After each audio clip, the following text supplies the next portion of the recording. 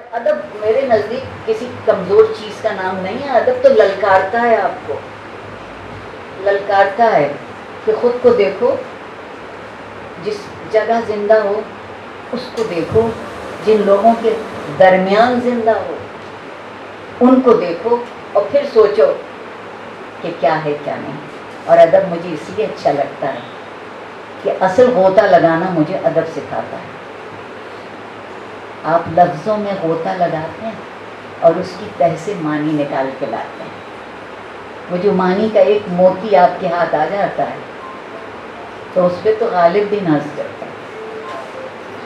گنجی نئے معنی کا تجسمس کو سمجھیے، جو لفظ کے غالب تیرے اشعار میں آ گئے. یہ اعتبار اس وقت پیدا ہوتا ہے جب آپ کو یہ معلوم ہو جائے کہ میرے پاس جو ورثہ ہے وہ نہ چرایا جا سکتا ہے، نہ چھینا جا سکتا ہے، نہ مٹایا جا سکتا. جب تک ہمارے خیال کو ہمارے احساس پر حکمرانی کا موقع نہیں ملے گا تو ہم وہی فیصلے کرتے رہیں گے جو آج تک کرتے چلے آئے. جذباتی اور احساساتی ہونے میں بہت فرق ہے. جذبات کی صورت تو ہوتی ہے، ہم ہیں ایک اس سطح پر بھی زندہ رہتے ہیں اور رہنا چاہیے، اس کے بغیر ہم نہیں ہیں. اور یقین مان لیجیے آپ میں سے وہ سب لوگ اور مجھ جیسے وہ سب لوگ جو سمجھتے ہیں کہ جتنا تکبر ہوگا اتنی ہی طاقت ہوگی اور جتنی طاقت ہوگی اتنا ہی اختیار ہوگا. اگر تکبر سے کچھ ملا کرتا تو افلاطون تو نہیں مٹتا تھا موسیٰ کے مٹائے، نہیں مٹتا تھا. اگر تکبر سے ملا کرتا تو کعبے کا لا اللہ نہیں ہوتا تھا. تکبر مٹ گیا، حقیقت معلوم ہو گئی کہ یہ دو بت ہیں. اور مجھے بہت اچھا لگتا ہے یہ پروردگار نے ہمیں بت پوجنے سے منع کیا، وہ کہ ہم باز نہیں آئے. بتوں کی شکل بدل گئی ہے، ہم بت پوجنے سے باز نہیں آئے. ہم آج بھی بتوں کے پجاری ہیں، مگر میرے رب نے ہمیں کس مقام پہ فائز کیا کہ تم ان خوش نصیبوں میں سے ہو جو انجانے پہ یقین رکھتے ہو، اندیکھے کو مانتے ہو. اس لیے کہ ہم نے تمہیں وہ احساس دے دیا جو انجانی اور اندیکھی چیز سے آگاہ ہو سکے. ہم نے اس آگاہی کے بدلے کیا سودا کیا یہ مجھے نہیں معلوم. تکبر کو میں زندگی کا زنگ سمجھتی ہوں اور تہذیب کو میں زندگی کی آبرو. جو تکبر کر رہا ہے سوچ لیجئے بہت کمزور ہے، بہانے ڈھونڈ رہا ہے خود کو مضبوط بنا کے آپ کے سامنے. اور ادب جو ہے وہ انسانی ذہن کو رنگ بھی دیتا ہے، رنگ کی پہچان بھی دیتا ہے اور رنگ کرنے پر فخر بھی کرتا ہے. یقین مانیے کوئی زندگی بے رنگی کی زندگی نہیں ہے. سورہ رحمان پڑھ لیجئے گا. آج کل بہت شوق ہے نا، میں اس لیے بار بار اسلام کا ذکر کر رہی ہوں کہ آپ لوگ مجھے دائرہ اسلام سے خارج نہ کر دیں.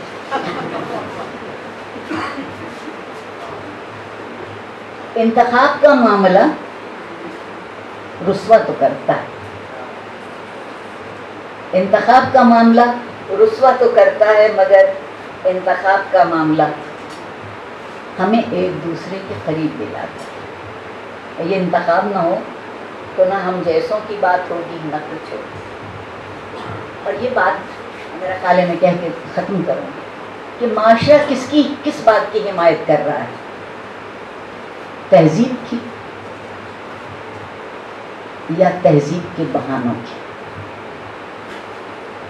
تہذیب کے بہانے بہت ہیں نا. آپ دیکھیے میں نے سنا ہے 25 جولائی کو سورج مغرب سے نکلے گا، نیا پاکستان بنے گا. تو پرانی بات تو ختم ہو جائے گی مشرق سے سورج کے نکلنے کی. نہیں ہوگا ایسا. خدا نے کتنا بڑا ناز دیا مشرق والوں کو، روشنی ان کا مقدر کر دی،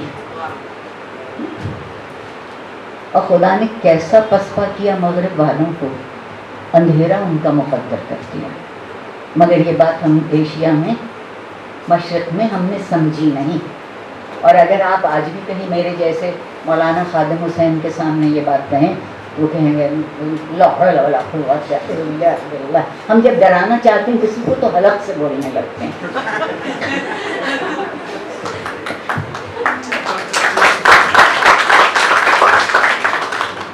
ہمیں خدا نے پیدا کیا تھا کہ ہم خود کو بھی سنواریں اور جس کائنات میں رہتے ہیں اس کو بھی سنواریں۔ سورہ عصر میں یہی بات کہی ہے۔ اگر ہماری ذمہ داری سنوارنا ہے تو ہمیں مہذب ہونا پڑے گا، اور اگر ہمیں مہذب ہونا ہے تو زبانی میں اور آپ پچھلے 14-15 مہینوں سے کیا کیا کچھ نہیں سن رہے۔ میں معافی چاہتی ہوں جن لوگوں کو پیچھے آواز نہیں آ رہی تھی۔ ہم پاکستان میں اس کا اہتمام کرتے ہیں کہ پیچھے کبھی آواز نہ جائے،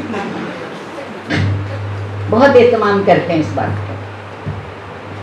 گزارش میری یہ ہے، ادب پڑھ لیجئے، اپنی عزت کرنے لگیں گے۔ ادب پڑھ لیجئے، خود سے محبت ہو جائے گی۔ ادب کا نام ضد نہیں ہے، ادب کا نام ضد نہیں ہے۔ میں پنجابی لے کبھی مجال میں نے اردو پڑھا ہے، وہ کہتے ہیں کہ جی سندھی سے سوا کچھ نہیں۔ کس نے کہا کہ ان کا ادب نہ پڑھیے یا اس سے لطف نہ اٹھائیے؟ جو میرا اور آپ کا وطن ہے، خدا کرے میرے اور آپ کے خیال کا بھی وطن ہو سکے، وہاں وہ ادب جس کی بنیاد احساس ہے، جسے آپ صوفیہ کی شاعری کہتے ہیں، جو صرف احساس اور آگہی کی بات ہے، وہ ہمیں قریب لاتے ہیں، دور نہیں لے جاتے۔ ادب سے انکار زندگی کی تہذیب سے انکار، اور تہذیب سے انکار زندگی کی تشکیل سے انکار، اور زندگی کی تشکیل سے انکار زندگی کے وجود سے انکار۔ آپ کی عنایت، آپ کے سب، آپ کی توجہ سے